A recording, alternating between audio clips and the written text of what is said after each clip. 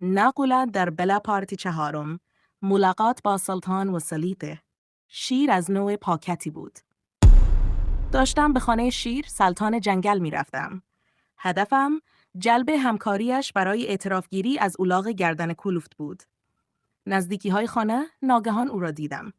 از مسیری دیگر داشت به خانه اش می رفت. گویا از جایی برمی گشت. چهره آرام و متینی داشت. با او سلام احوالپرسی کردم. گویی مرا شناخته بود. احوالپرسی گرمی با من کرد و گفت تو رو می شناسم. تو باید گرگ ناقولا باشی. من و پدرت هم بازیای دوران دبستان بودیم.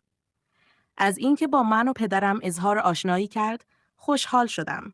چون ممکن بود روی حساب همین آشنایی راحت‌تر قبول کنند که از الاغ گردن کلوفت اعتراف بگیرد. گفتم غرض از مزاحمت یه خواسته ای از تون داشتم. ای سلطان جنگل. رسیده بودیم به در خانه سلطان جنگل.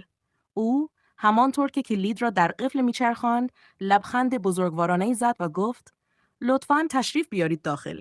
درخواستتون اونجا بگید. در ضمن همون سلطان صدام کنی کافیه فرزندم. سلطون! هر دو جا خوردیم. ابتدا به خودم شک کردم که آیا این من بودم که سلطان جنگل را اینقدر بی‌ادبانه سلطون صدا کردم. ولی یک ثانیه بعد که به خود آمدم فهمیدم این صدای نکره از جانب شیر ماده‌ای است که ناگهان از درون خانه بیرون جسته بود. چهره سراسیمه و برافروخته‌ای داشت. گویی همین الان از مسابقه 2 برگشته بود. شیر ماده در ادامه حرف بی‌ادبانش گفت سلطون پدرسگ، چرا اینقدر زود اومدی خونه؟ مگه نگفتم مرغ و گوشت بگیر؟ تو یخچال هیچی گوش نداریم.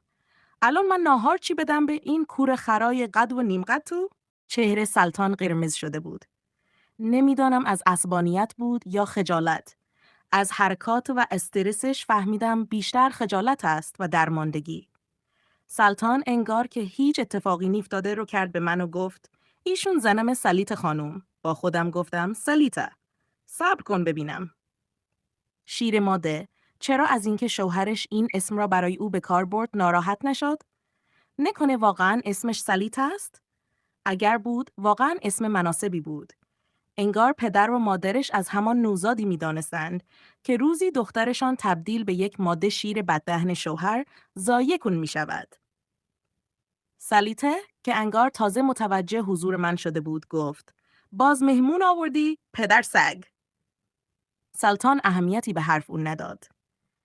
دست مرا به داخل راهنمایی کرد و تعارف کرد که بنشینم. سلیته غرغر کنان و بد و بیراه گویان رفت به آشپزخانه و بلافاصله صدای شکستن چند ظرف به گوش رسید. تمام تصوراتم راجع به سلطان جنگل نابود شده بود. با خودم گفتم شیری که این گونه از زنش میترسد چگونه میخواهد از الاغ گردن کلوفت اعتراف بگیرد. در همین افکار بودم که دیدم سلطان با حسرت به تلویزیون زل زده است. تلویزیون سریال حریم سلطان را نشان میداد. سلطان زیر لب انگار که دارد با خودش حرف میزند گفت میبینی؟ سلطان‌ها یه روزی بروبیایی داشتن. واسه خودشون حرمسرایی داشتن. 500 تا زن از هر رنگ و نژادی نکریشونو میکردن. ولی حالا وضع من ببین. از پس یکیشونم برنمیام. اونا سلطان بودن، منم سلطانم. بعد رو کرد به من و ادامه داد. بابات خیلی خوشبخت بود که مامانتو پیدا کرد. بابات هم مثل تو خیلی ناقلا بود. میدونست چجور زنی انتخاب کنه که بتونه باهاش خوشبخت بشه. ولی منو ببین. ریدم به زندگیم با این انتخابم. میخواستم دلداریش بدم که باز گفت میدونی بد اخلاقی و بددهنیش کم بود. تازگی‌ها انگار سر و گوششون میجنبه. باور کن اگه طلاقش نمیدم فقط به خاطر بچه‌های قد و نیم قدمه که نمیخوام بچه طلاق بشن. نگاهی به بچه‌های کوچکش انداختم که کف خانه وال میخوردند. شکل و شمایل عجیب و غریبی داشتند. تنها چیز آنها که شبیه بچه شیر بود دندانهای تیزشان بود. غیر از آن شباهتی به بچه شیر نداشتند. بیشتر شبیه. ناگهان چشمم افتاد به کمدی که روبرویم بود. مو به تنم سیخ شد. قسمتی از صورت الاغ گردن کلوفت که داشت دزدکی از لای در کمد به من و سلطان نگاه می‌کرد، کاملا نمایان بود. بچه‌ها بیشتر شبیه اولاغ گردن کلفت بودن. پس برای همین بود که سلیطه از دیدن من و سلطان اینقدر سراسیم و برافروخته شده بود.